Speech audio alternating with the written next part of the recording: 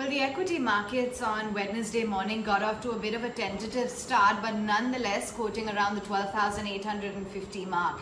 Do remember that overnight for Wall Street, you had the markets coming in a little bit of a pause after that record-breaking spree, and ditto with Asia, which was a bit mixed.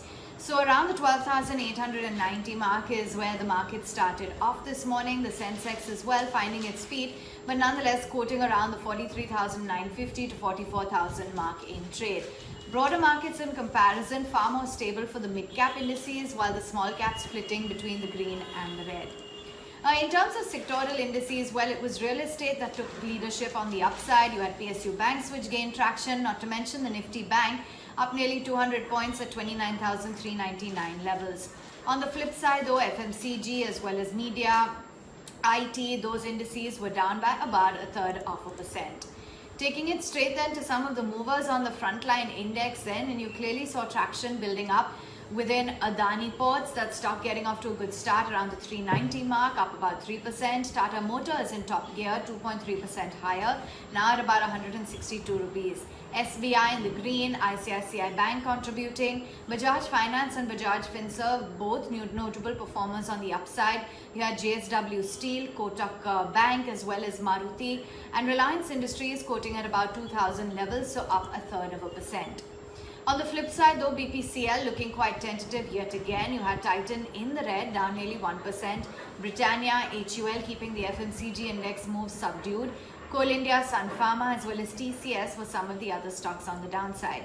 Take a look at Lakshmi Vilas Bank, that stock cracking a whopping 20% on news of Singapore's DBS infusing 2,500 crores into DBS Bank India for the proposed merger of Lakshmi Vilas Bank, which remember has been put under moratorium by the Reserve Bank just yesterday.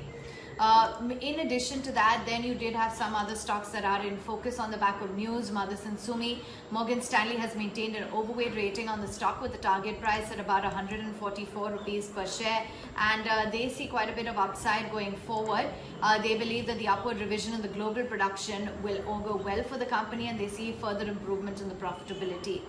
JP Morgan has a report as well on the auto space. They believe it's not been a sparkling Diwali for the two-wheeler space, but their key overweights include Escorts, M&M as well as Ashok Leyland and Bajaj Auto.